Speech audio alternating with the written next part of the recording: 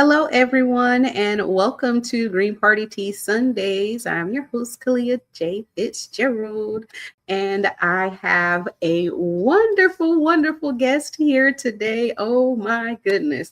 My friend Political Mike is here. And if you have been following Green Party Tea since the beginning, you definitely know that Political Mike and I have a great rapport with each other. He's been on the show so many times and helped so much. Especially, we had a joke. It was like when I was sick, he was always coming on the show. So he actually did a show for me one time when I was sick. It's so wonderful just to have him back in the realm of things. So, guys, please, if you could look down, like, subscribe, click the links, all the things, link tree, uh, Green Party _T. And also for our guest today, it is Mike. And his IG and TikTok is Political Mike 16.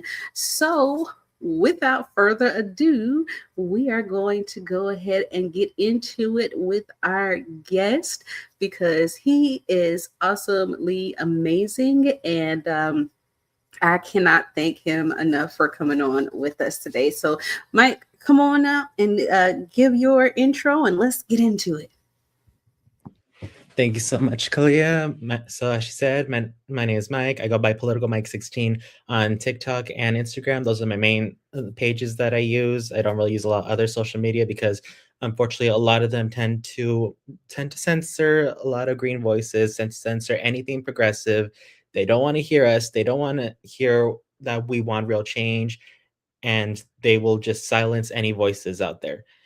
As she said, I have come on a few times. By the way, are you feeling good today, Koya? I'm really great today. Because we've had that running joke for a while. Because it was like 3 times at least that she Yeah. got while I was on. So it's just the right thing for us. But I'm glad to be on. I'm glad to be able to talk about some of the topics that we'll be discussing. I think it's really important for people to know about. I think it's important that we lay out the information for voters, even if they're not going to agree with us, still at the very least have this info so that they can make an informed decision. Because that's always something, because informed consent is always something that we're supposed to advocate for. I work as a nurse, so informed consent was something that was always drilled into us. Make sure that you give the patient all the information before you do any sort of procedure so that they can properly know what it is they're consenting to, so there's no surprise. So that's something that I've been taking into my daily life, making sure to properly inform people about stuff before just telling them what to do. Absolutely. And I've been following you for so long. And I think one of the first topics that we really delved into was rank choice voting. I know I've talked to you about this so very much. And I tell people all the time, since I've come over to YouTube, I'm like, I'm going to have Political Mike come on here and talk to you guys about rank choice voting because he knows about it more than I do. So let's start out with that. Let's talk about ranked choice voting and what it is. So ranked choice voting is an alternative to our current voting system, which uses a first past the post system. Basically, what that means is that, and it's a winner takes all. It doesn't, a lot of times it doesn't matter if someone gets 50% of the vote, or maybe they get less. Sometimes they get maybe 40 or something, depending on how much the vote is split. But whoever has the most amount of votes, which is called a plurality, they'll often end up winning the seat entirely instead of someone who actually managed to gain a majority, which is more than 50%. I think people who can do basic math understand that anything less than 50 is not the majority of the people in an area. So what ranked choice voting tries to do is solve that problem by making it so if there's several candidates running in a race, it's not just 2 people running. Instead of having a runoff system, which can often cost even more to some governments, especially local governments, if the because each election is actually costs a lot of money. People don't seem to understand that that elections do cost money. Anytime there's a special election or a runoff, it's going to cost the city, cost the county, any government money to be able to get to sort out the logistics, to be able to print all the ballots, to pay poll workers. All that costs money. So ranked choice voting could definitely help out there. But the main thing that it wants to address is the problem with the plurality voting system. Sometimes some people may end up having the vote be so split because of several candidates running that someone who probably wouldn't have won if the vote was more consolidated ends up winning the entire thing. So let's just use an example. Let's say there's 5 people running a race, and there's well, let's say there's 2 conservatives and 3 people who are more left leaning, whether it's a liberal, leftist, whatever you want to call them. The vote is split amongst those three. And in an area, let's say, that is more left leaning, the vote can end up being so split amongst those 3 candidates that the conservative may end up just may end up getting the victory simply by having the vote be less split, since there's only 2 conservative candidates. So in a liberal leaning area may end up with a conservative individual running the show simply because the vote was so split. This often also discourages people from running in the first place, because then they'll get attacked for splitting the vote, and even if people agreed with them.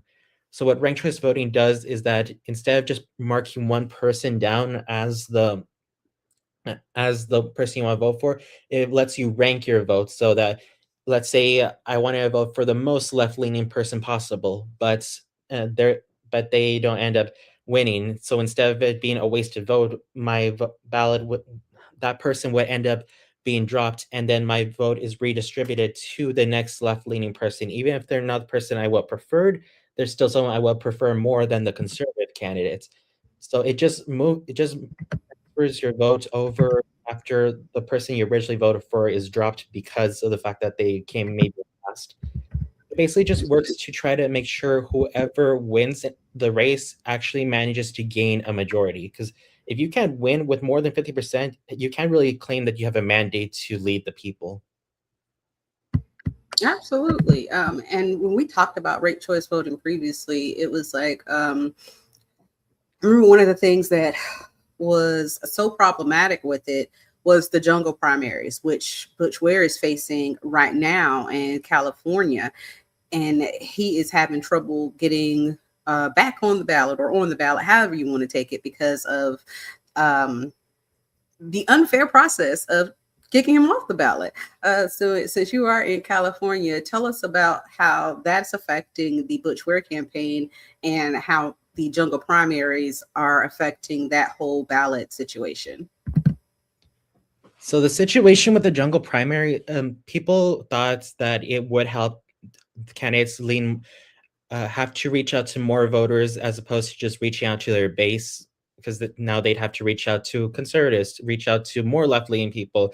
But oftentimes, what will happen is that the bigger parties will simply run a huge amount of candidates that they can end up just locking out any third party from the general election altogether. And that honestly seems to be the way that it was going. And the way that this has affected the Butch Ware campaign is that they there was they alleged that there was some sort of problem with their filings, which ended up causing the Secretary of State to remove Butch Ware from the ballot. So he is not running. So his name is not on the ballot, even though he's still running. He actually anticipated that they would try to knock him off the ballot, so he had actually prepared filings for a write-in campaign in preparation, because he knew that this sort of thing would happen. And it's honestly sad that third parties have to even anticipate that they will be removed from the ballot and have to prepare these things ahead of time, because they know that dirty tricks are going to try to be implemented. Yeah, that's kind of the sad part about it. And I'm seeing that he's polling higher and higher with everything that's going on. He's getting endorsements from all types of different people. And it's so great to see that California, who has a lot of elected Green Party members, by the way, is going full steam ahead with everything to be able to get Butch back on the ballot, or however they put it, and see if we can get that win out there. Because if he's going up against a Democrat, they have no chance when he's debating them. I'm sorry. Yeah, he had, from what I've seen, he wasn't really invited to any of the main debates that were publicly broadcast. He definitely tried to, but unfortunately, the way that a lot of places that hosted the debates had it out. They only invited certain candidates. They honestly didn't even invite all the Democrats. They didn't really want all the voices. It seemed that they were trying to isolate it. Some say that it was because they wanted to specifically choose people that were polling at a certain percentage or raise a certain amount of money, but then somehow you end up with some debates ended up getting controversial because they invited some individuals that raised a bunch of money but weren't even polling that high. Like, I remember recently there was a situation where I think it was USC that was hosting a debate. I don't know if it was USC or UCLA. I'll have to double check that. But they tried hosting a debate with a bunch of candidates, which included Matt Mahan, the mayor of, I think it was San Jose. Mm, I'm gonna double check that, but they invited him, but they didn't invite Javier Becerra, who was actually polling. I'm pretty sure was polling higher than Matt Mahan, but Mahan had raised a bunch of money because he's backed by billionaire donors. So he managed to somehow qualify for that debate, despite the fact that Javier Becerra was polling higher. mm. And coincidentally, all the candidates that were invited were all white candidates. There was not a single person of color that was invited to that debate. Not from the Democrats, not from the third party candidates, none of them. It was just all white people invited to that debate. Oh goodness gracious! That's just even more of a reason for us to talk about ranked choice voting. And I have a video that I want to share about ranked choice voting, um, and it's a short video, but I wanted to share it because um, some people, you have to hear something, but some people want to see things. So I'm gonna go ahead and play the video. Let me know if you can hear it. Just give me a thumbs up, and we'll go ahead with that. So, what is ranked choice voting? In most parts of the United States, voters select a single candidate for each position on their ballot, and the candidate with the most votes wins. This is known as single choice winner take all, which can sometimes result in the election of a candidate who earned only a small percentage of the vote, even when the majority of voters supported other candidates. But that's not the only way of electing our leaders. Ranked choice voting is another voting method which allows voters to rank their candidates in order of preference. In a ranked choice voting election, a candidate needs to earn more than half of the votes to win. All first choices are counted, and if a candidate has a majority, then they win, just like any other election. If not, the candidate with the fewest votes is eliminated, and voters who picked that candidate as number one will have their votes count for their next choice. This process continues until a candidate earns a majority and is declared the winner. Let's look at an example. Here, you select orange as your first choice candidate, yellow as your second, pink as your third, and green as your final choice. The first choices are counted. Yellow earned 35%, orange 21%, pink earned 28%, and green earned 16% of the vote. Because nobody won more than 50%, the candidate with the fewest votes is eliminated, and voters who picked him as their first choice have their ballots count for their second choice. This continues until a candidate receives more than half of the votes, or 50% plus 1. So what are some of the benefits of ranked choice voting? Ranked choice voting provides more choices, allowing more than two candidates to compete without fear of splitting the vote among like-minded individuals. Sometimes voters feel pressured to vote for the lesser of two evils. Ranked choice voting allows people to vote for their favorite candidate, not just against the candidates they dislike. With ranked choice voting, we see more positive campaigns and less negative advertising. Candidates are encouraged to reach out to as many voters as possible, including those supporting their opponents. They can build a winning coalition with like-minded candidates to earn voters' second and third choices. It's time to fix our democracy and make our elections work better for everybody. We can do that with ranked choice voting. Visit www.fairvote.org to find out how you can get involved.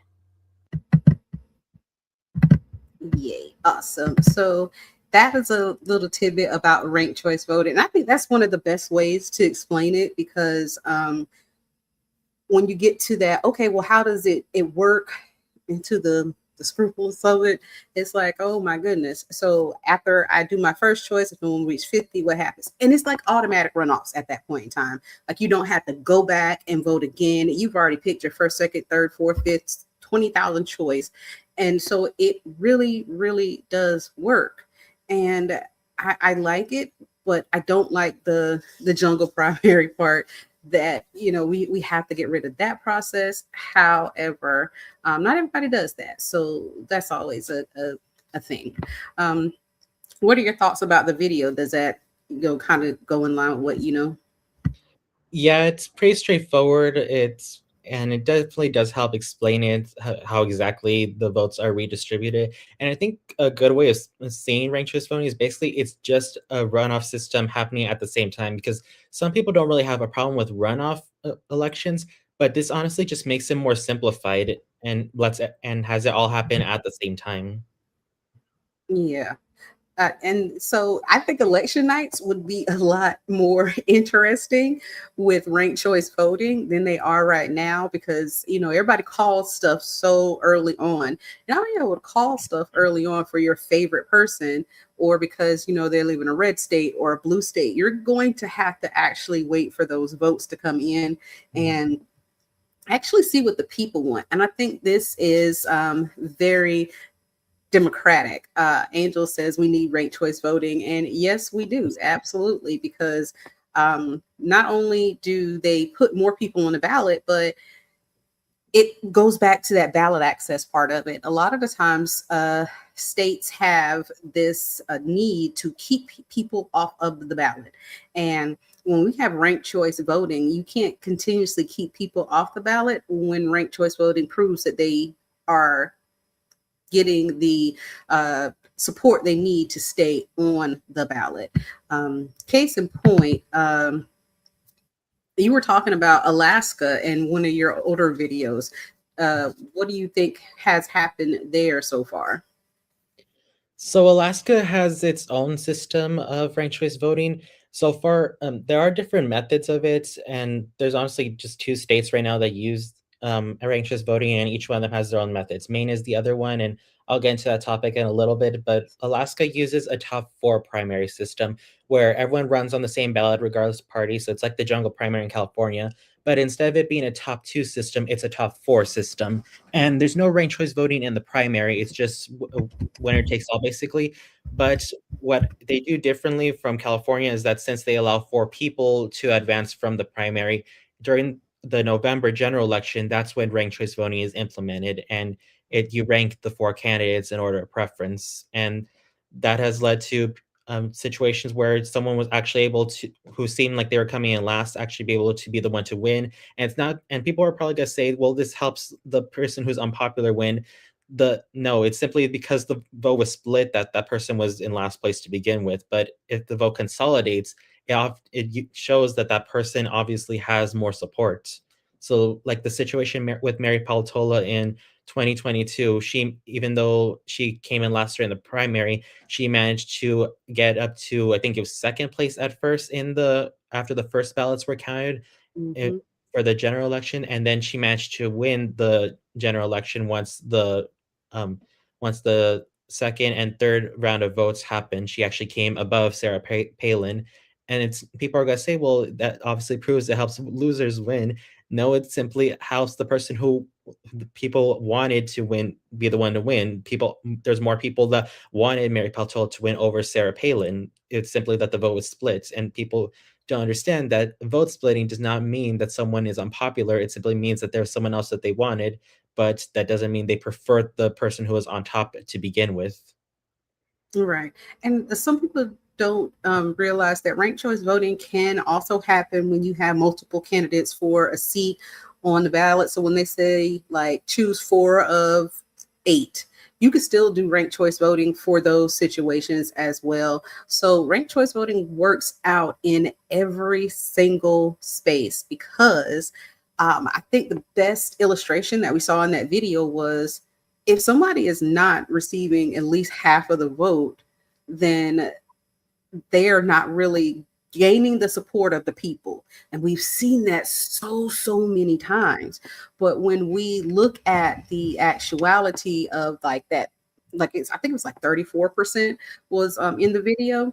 When we look at that, this is like, that's the minority actually voting for that one person. So somebody else might be saying, well, you're getting the most unpopular person to win. Well, if you look at that situation, then you're still getting the most unpopular person to win because over 50% actually chose to vote against that one person. But because they had a higher percentage, like you said, in the consolidated form, then that is why they won. So ranked choice voting actually eliminates that. And I think that's the real spoiler because it hurts us democratic wise. And I'm also going to say this because I'm fighting for this now. This is now one of my absolute causes: permanent ballot access. Mhm. I want permanent. If you get ballot access one time, you should retain your ballot access as long as you have your doors are open to whatever party you have, as long as you're doing all the things, and as long as you run a candidate at least every 4 years. So if you stop running a candidate for 4 consecutive years, then your ballot access can be revoked. I mean, what's the point of having ballot access if you're not going to run anybody? That doesn't even make sense. So those stipulations, I mean, what's wrong with it? If you get ballot access, because you know how hard it is to get ballot access in the first place. The Democrats and Republicans have already given us the hardest fight just to get on the ballot. And so now you have to keep trying to get on the ballot every 4 years, every 6 years, 8 years, 10 years, whatever the case may be in your state. But why? I've already proven that people want me on the ballot, just like you've proven that people want you on the ballot. So now let's stop trying to worry about getting ballot access because that is a financial drain for any state party, any campaign, if you think about it. And that is the reason I believe that they keep doing these ballot access things, is because it drains you before you even get started. What are your thoughts? I definitely agree. I definitely agree that there needs to be some changes to how ballot access works, and especially when you see that in recent years, some states are actually making it harder for small parties to be able to gain ballot access. I mean, we saw that in New York. They changed the amount of.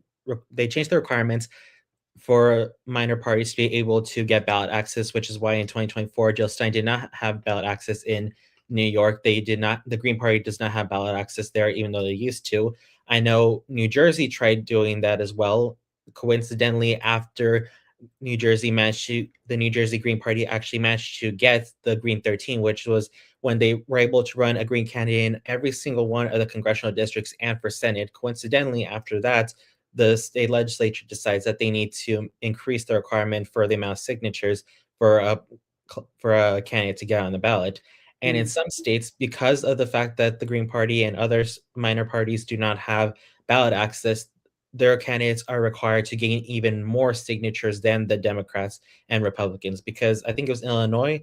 I, mm, I need to look at the specific numbers, but I do know that a independent candidate or someone who wants to run as a minor party, they have to get more signatures than a Democrat would in order to get on their ballot. hmm. Yeah, and that's the sad part. I know Illinois, the green live stream that's coming on right after my show. So if you're once you're finished here, jump on over to the green live stream. They actually changed their showtime because they're going through the ballot access process right now. So they're out petitioning on Saturdays. So instead of doing their show in the afternoon, they're doing their show in the evening on Sundays.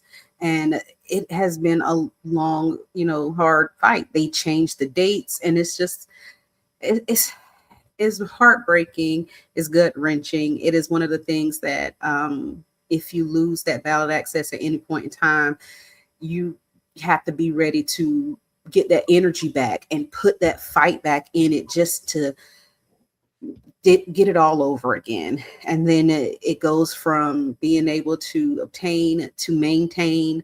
And it is a struggle. So much of a struggle. So I applaud everybody out there that is petitioning right now. I hope that you're able to get everything that you need to get on the ballot. Now, let's skip over to what you were talking about with Maine and their ranked choice voting, because that's interesting.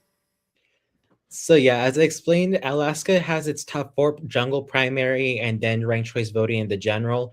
Maine has a different system where instead of it being a jungle primary, each party has its own normal primaries.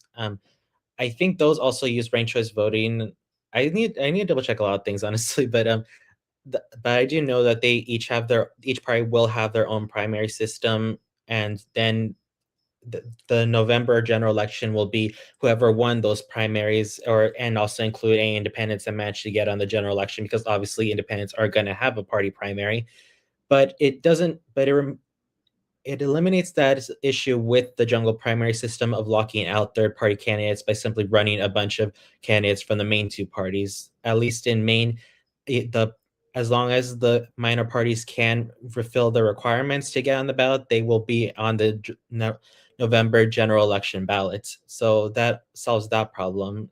And there is still ranked choice voting in the general election. Yeah, I So wonder. Go ahead. I'm sorry. I was just saying that. So yeah, it is different from Alaska's, and those are like the main two models that are seen. Though I'm sure that there's gonna be some improvises if some states want to institute ranked choice voting, they might change some stuff around. But those are the two main models I've seen. Yeah, North Carolina is actually trying to ban ranked choice voting right now because they're scared.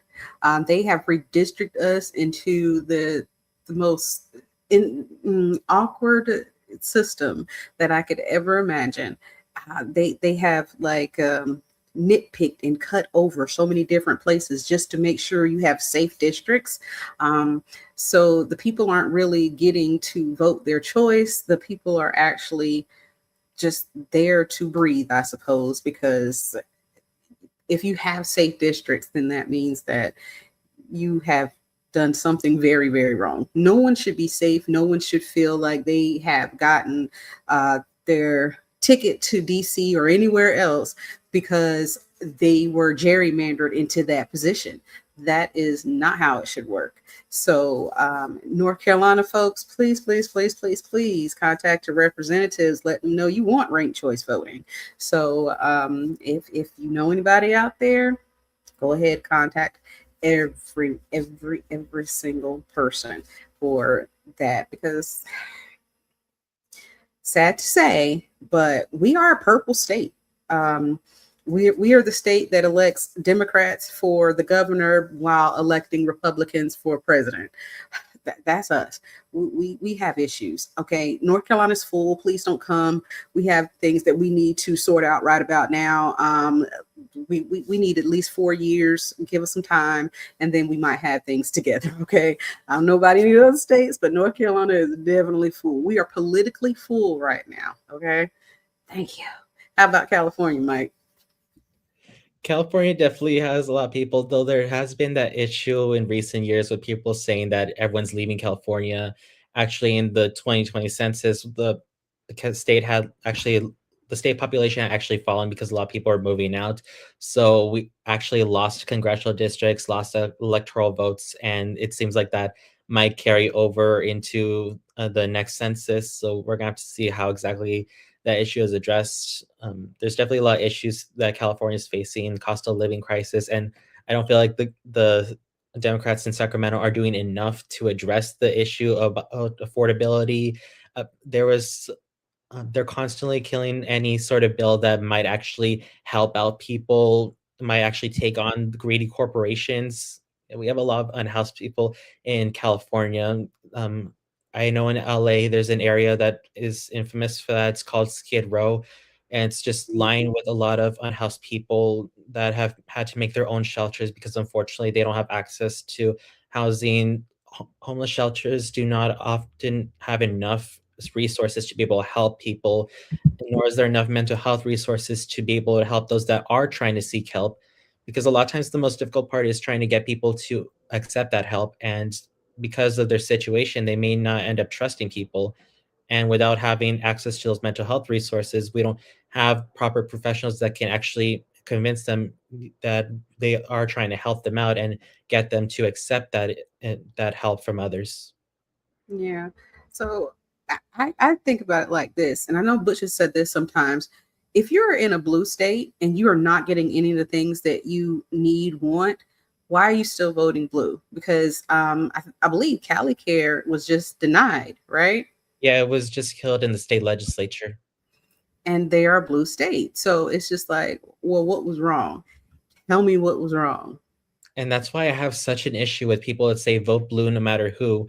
These are the people that literally will jump down your throat if you're a Green Party or if you're of a minor party, they will jump down your throat and blame you for Trump. They'll blame you for everything, even though they're the ones that push this vote blue no matter who thing. And that obviously isn't working because people are tired of voting blue no matter who, because you're just going to end up with more of the same. Nothing's going to change, even though people want change. Right. And Marianne is right. It didn't help that them shut down the universal health care bill.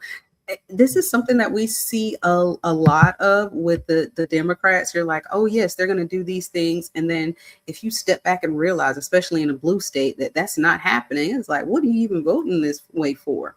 And then when you're in a red state, so if you're a Republican in a red state and you still don't have the things that you want, why are you still voting red? It doesn't make sense to me in those areas either. Like when I think about South Carolina, red state. Mhm. I don't know. I mean, I used to live in South Carolina. I love my South Carolina folks. Shout out to Mullen, South Carolina. Um, and my mother-in-law, Joyce, her birthday is tomorrow. Happy birthday, Mom. So so in South Carolina, it's red. It's red all the way up and down the gauntlet. If you get somebody blue in there, please know that they're red too. And yes, I'm talking to you as always, Jim Clyburn.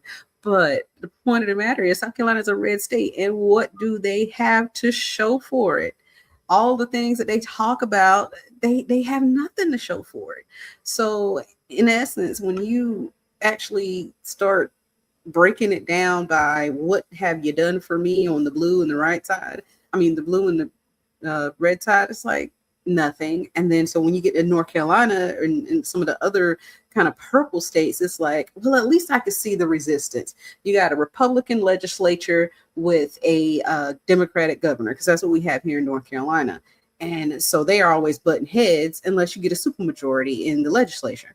So, you have that issue at that point in time.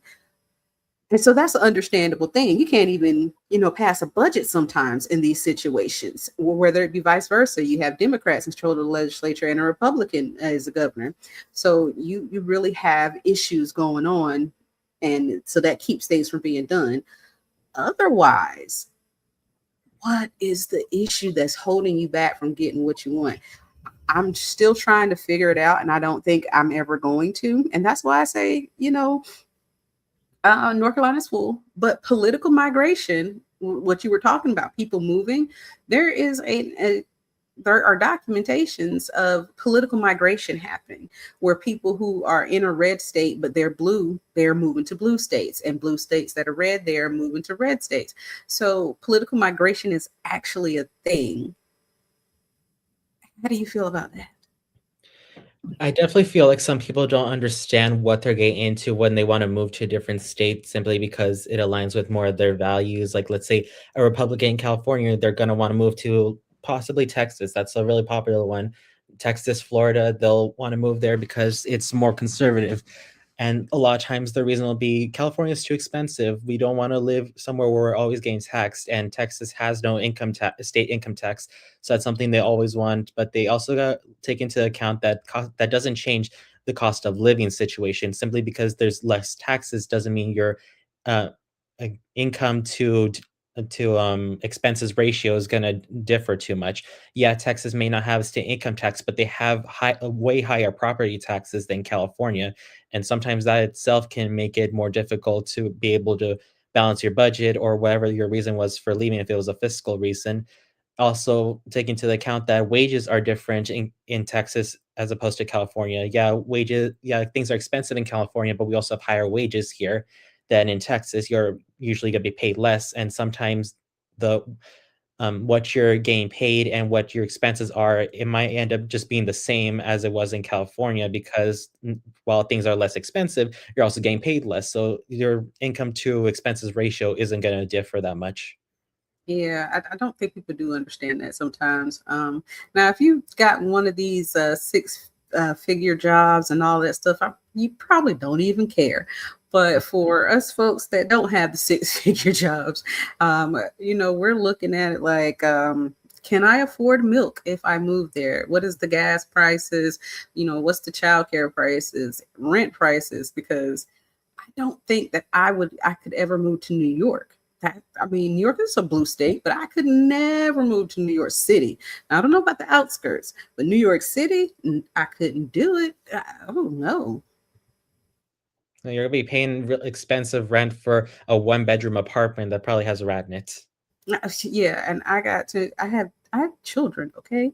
I do not think that me and my children are going to fit into the one bedroom apartment that I can pay for in North Carolina, having a two-story home with five bedrooms the way that I need it to be. So absolutely not. And Yeah, if you move to New York, you're gonna be splitting that one bedroom with the rat the size of a dog. I yeah. don't know, Ooh, pizza those rat. things are huge. Have you seen videos? There's the cats in New York are afraid of the rats because of how big they are. No, well, I think that I, I remember Pizza Rat, but I didn't know that the cats were scared of the rats. But There are I situations remember, where the rats get that big. Those things can be like this big. ooh, I do remember them saying that there was this neighborhood that they had the pest, not pest control, but the pet control come in and get a lot of cats. And then I know where all the rats came. So they had to bring back all the cats. And the neighbors were like, either you're going to have to deal with the rats or the cats. So which one do you choose? Because the I'd cats rather can stay outside. I'd rather deal with the cats. There's actually a bill apparently in New York recently that was I think it was in NYC. They're trying to make it so bodega cats are officially protected, that you can't ban them. That if they want to have bodega cats, that's allowed in the stores. Please, if I go into a bodega and I don't see a cat, I'm walking out. Okay. Because I know somebody doesn't love me. There's nobody in the back that's going to be able to cook right, because this has to be a gentrified area. It can't be anything that's soul has. No, a cat needs to be in a bodega. I'm sorry. If you want a little puppy, fine, keep it behind the counter so it don't have to bark at everybody. But a bodega cat is like a staple of the soul of New York. So yeah, good job, bodega cats, keeping it cool. Yeah. It's just amazing. But Yeah. speaking of amazing, we have a lot of candidates that are running for the Green Party in 2026. What do you think about some of the ones that you've seen so far? So I do think there are quite a bit of impressive candidates there. In California, we have what's called the Left Unity slate. So there's a lot of Green Party candidates that are running for statewide office, and they're running alongside with some Peace and Freedom Party candidates. So it's the Unity slate was a way to unite the left in that situation. Mhm. So you have your Green Party candidate for for Secretary of State. There's one for state treasurer. There's one running for attorney general, and then you have your Peace and Freedom Party candidates. There's one running for insurance commissioner, one running for state controller, one running for the state superintendent, and there's a Peace and Freedom Party candidate running for lieutenant governor. Um, Unfortunately, the Unity slate didn't originally didn't have anyone that they had decided for governor because of the fact that Butch Ware and Ramsey Robinson, the Peace and Freedom Party candidate, were both running. And I know there were issues with that with the Bush campaign, because apparently the Bush campaign was hoping that they would endorse the Unity slate would endorse him, because he was originally he had signed up a long time ago. He knew that he was going to run, so the Unity slate could have endorsed him, but they decided to hold off, and then Ramsey Robinson came in, so that was a whole issue with people saying that the left was being divided there. Yeah, I saw that. Because I know, like when Butch was running in 24, he said, "Hey, if I don't win, it's not going to be the end of me. You're going to see me again. I'm running for governor in California." So it was like, he was going to run regardless. Yeah. You I do knew feel it. like he definitely should have held off on announcing that, though, because that's kind of him saying, "I know I'm gonna lose," and that's not typically the mentality you should have when you're running a campaign. So I feel like he definitely should have held off on announcing that until after the 2024 election. Yeah, I tell Michael right now, we just had a town hall yesterday, and I was like, we're gonna talk it into existence. You're gonna be in Congress and things like that, because I don't want to talk about failure. We're gonna talk about political wins. So I get what you're saying there. Besides Bush Ware and some of the other candidates you were mentioning, have you seen any of the other candidates that are running as Green Party members that you would talk about? Well, there's some running in a few other states. I know Texas actually has quite a few. There's Arshia Papari. He's an Iranian American running for the state legislature. I'm not sure if you heard of her, Gina Hinojosa. She's the Democrat that's running for governor in Texas.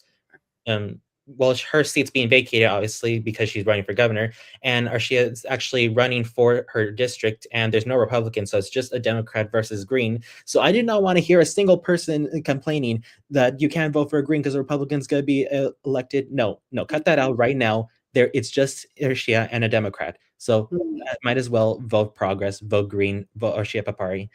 I know Greg Stoker is also running for Congress in Texas, and he has a pretty big following on social media. So I'm hoping that can translate to support to help get him elected. And because he is, because I've seen a lot of his videos, and he's a great advocate. I think he's known for being a whistleblower, um, mhm, from his time during the in the military, and I know he's very anti-war, and it's very important that we have anti-war candidates running because with all the shit that's going on with this administration, the supposedly anti-war president now getting us into conflicts. This definitely needs to be. We definitely need anti-war candidates, not just someone that says I'm gonna fight Trump. I need someone that actually says I'm gonna make sure there's no wars, period, under any president. mhm.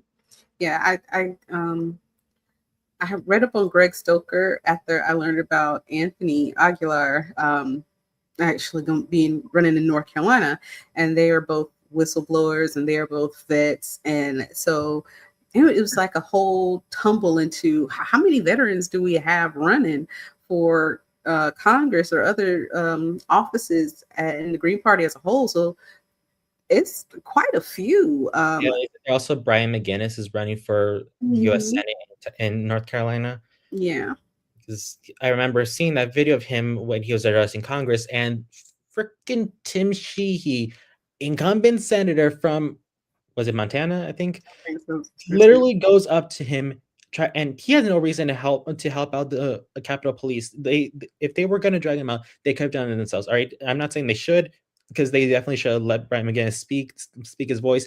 But if someone's gonna get someone out, have it be the actual people that are supposed to be doing it, not a freaking senator literally pulling you so hard that his arm pops out. You can literally hear the sound. I know some, I nearly wanted to throw up just hearing that because that was just excruciating. He just pushed through it. That is a strong person, seriously. The fact that he still, like, he did not scream in pain. He just kept speaking out against the war, kept speaking out that we do not want to be going to war and dying because Israel yanked us into a war.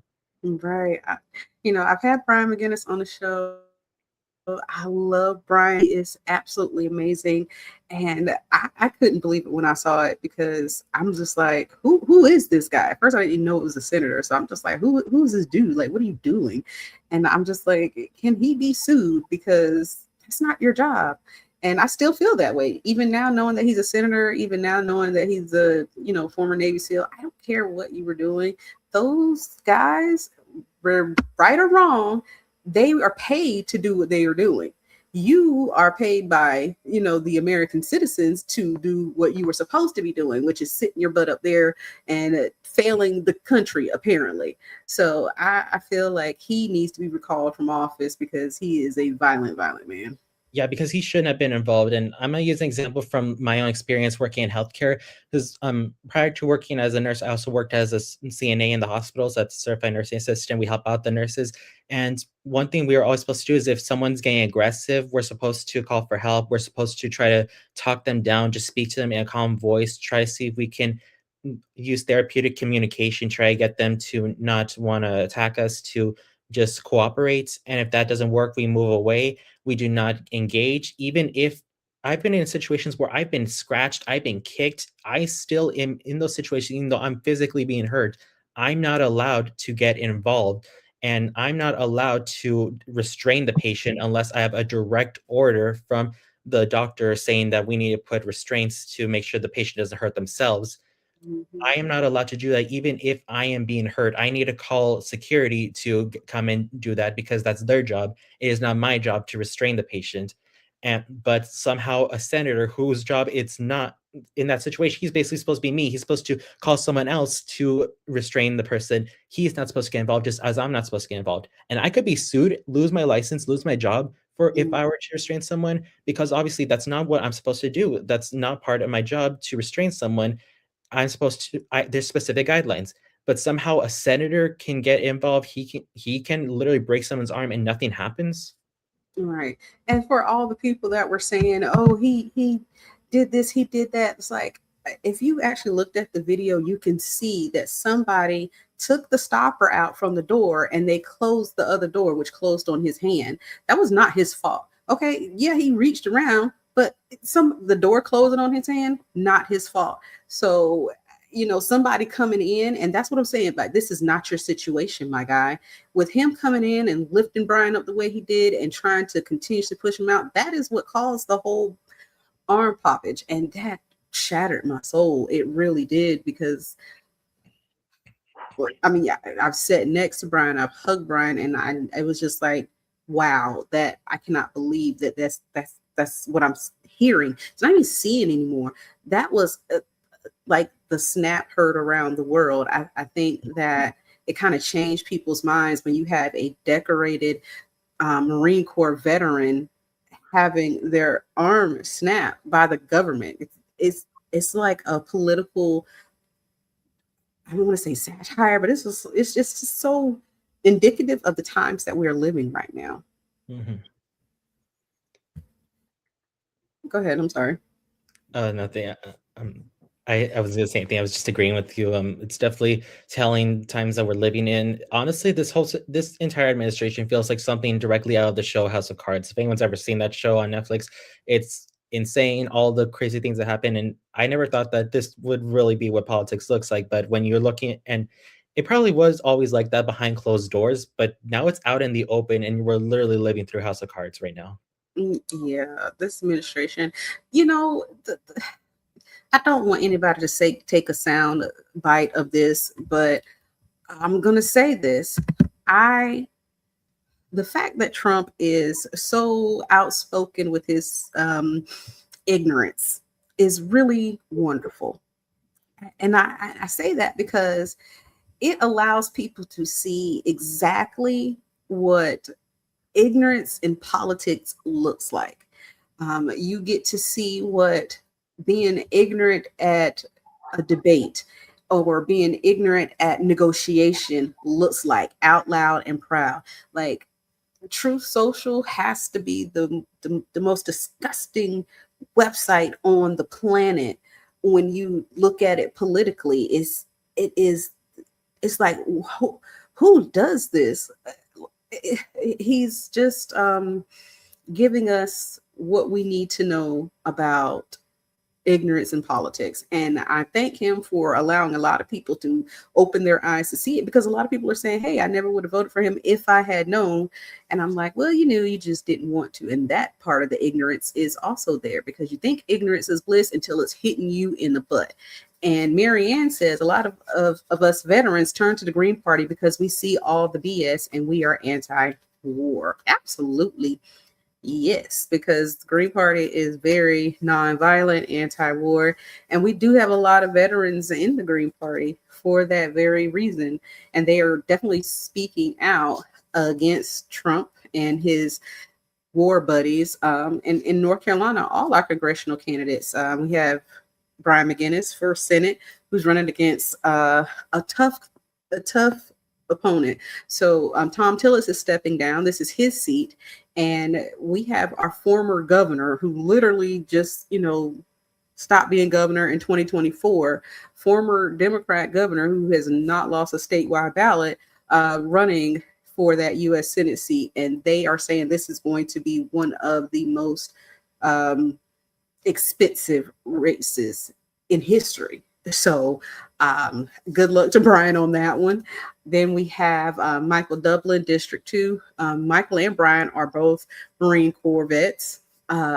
So, Michael is running in District 2. And then we have Anthony Aguilar, who is an Army vet, running in District 13. So, we do have all our congressional candidates that are vets. And there are other vets that are out there. And if you're coming to the annual national meeting in July in Chicago, woo, woo, then you'll see more vets from the Green Party who will be talking about their experiences and things of that nature. Because honestly, if you've been in the military and you've seen the things that are going on, your body just restructures to say, I need peace. What do you think?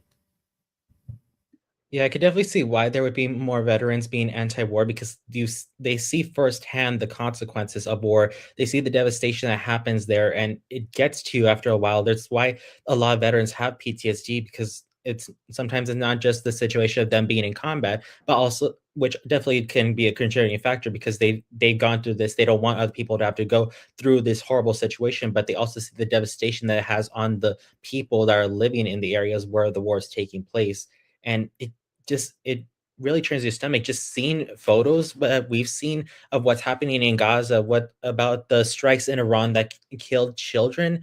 Just Mm, seeing those pictures makes your stomach churn a lot of times. So to be there firsthand and know that the military that you joined was a part of this, I can see why it would get to them and how it could definitely make their PTSD even worse. So, and especially when they come home and then see that the US is not providing adequate healthcare or access to resources for their mental health. So they literally go through all this shit and then come back and aren't provided the help that they need.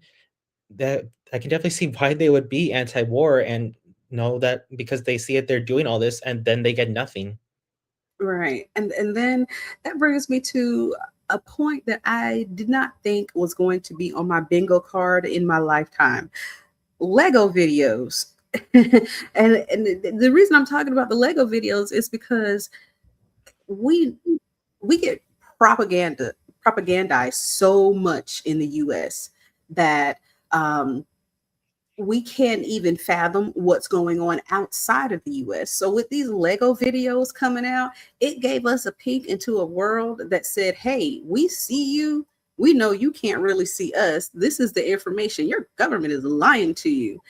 And you know, they have the information about the soldiers in there. And even though they know these soldiers are going over there for this reason, they're not disrespectful of the soldiers at the same time. And I appreciate that. But they're telling the truth about what's happening to them. And so when they're seeing these videos, I wonder how people in the military really think about it, because this is like the truth for some of their comrades in arms. You know, they think they're going over here for one reason, and they're being told this by the government, and then it's another thing happening. So what are your thoughts on all these wonderful Lego videos? I definitely think it does help show the average person what is happening. Like they simplify and I hate to say that it does simplify. It kind of does put into a perspective that maybe the average person can understand because because you can't see the all the real devastation of everything happening. It definitely puts it in a format that other people will be able to see and know. Okay, yeah, we've been lied to. Hmm. It I think after the first one I was like, is this real? Am I really watching a Lego video? And then after they kept coming, I was like, oh, you know, the beats are nice and the lyrics are fire. And wow, what did he just say about Pete Hegseth?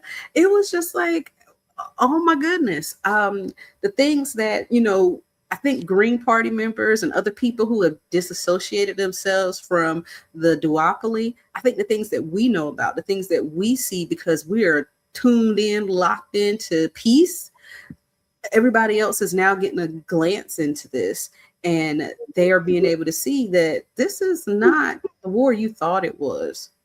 This is not what we were told was supposed to be happening. Israel literally has us at their mercy, and they're making us do things that we should not be doing. Mm. Yeah, I don't know what is going to take at this point in time. I know BB just came out and said he had prostate cancer, and some people are, you know, wishing, you know, that the cancer does its job. I had very big convictions about that, because cancer is a very devastating thing. And I think about Chadwick Boseman who went through it. I think about my aunt who went through it, and others who have gone through it as well or going through those things. And I'm like, can I really say that I want BB taken out by cancer while I'm also wishing that somebody else survives it? So that's kind of a controversial thing for me. Oh, what do you think? Like I I've worked with people that have cancer, and it's something so difficult, and so I cannot see myself saying yes, I want someone to be taken out by it, no matter, even if they are the most horrible type of human. That is not something that I feel I can cheer on. I've honestly never been the type of person that can cheer on someone dying from something, no matter how much I despise them. And obviously I'm not gonna be upset if something were to happen to a certain individual, because there's just so hateful, cause so much damage to other people's lives. But I'm not gonna go around celebrating it either. Right. And that was my thought. Um, that was my thought as well. And Marion says, as a veteran, I also appreciate these Lego videos. Yes, they're awfully amazing. Very much so. And so that was the thing for me about the cancer diagnosis with him. I feel no empathy, no sympathy. I have none whatsoever. But to me, cancer is something that's close to my heart. So I'm not gonna wish that on anybody, but I still don't have sympathy for you, my guy. Yeah, But I'm not gonna wish that is the thing that takes you out while trying to say, I hope somebody survives it. I just that's hypocritical to me. especially since he tried to tie his diagnosis and fighting the cancer to what he's doing in Gaza. And everything. He literally took that to say that he's basically going to eradicate everybody, because he tied in how he's fighting cancer to how he's fighting in these wars. We all know it's just genocide. Yes, say it again for the people in the back. This is a genocide. This is a genocide. This is a genocide. This is an opportunity. This is a colonialism. This is a greater Israel at work. The things that are being done right now in Lebanon, people aren't really talking about it that much because of Gaza. And please don't forget about talking about Palestine. Iran is doing what they can. And then you have my dear good brothers and sisters in Yemen. I tell you, they are our wonderful cousins. I love all my Yemenis. Hello, shout out to you. They're wonderful. So many things are happening, and so many people don't understand the connection with all of them. But what I can say is that this is something that the United States just needs to get out of. We shouldn't have military bases there. We should not be able to command or demand resources from people. Trying to block the strait that was already open, but you decided to do whatever to make it close is just ridiculous. It's counterproductive. And this, again, just shows the ignorance of somebody who doesn't know how to negotiate, somebody that was always given everything that they asked for. Very disgusting behavior, in my opinion. I just can't. So, that being said, we got a few more minutes left before we are going to skedaddle out of here. So, tell us what you have recently been up to and how So we can help you and find you. Go ahead. I'm sorry. okay, so some of the things I've mainly been up to lately was we recently had an election in the city that I live in, Whittier, California. We and all the Republican incumbents were ousted by good margins, but over 60% of the vote went to their opponents, so that was great.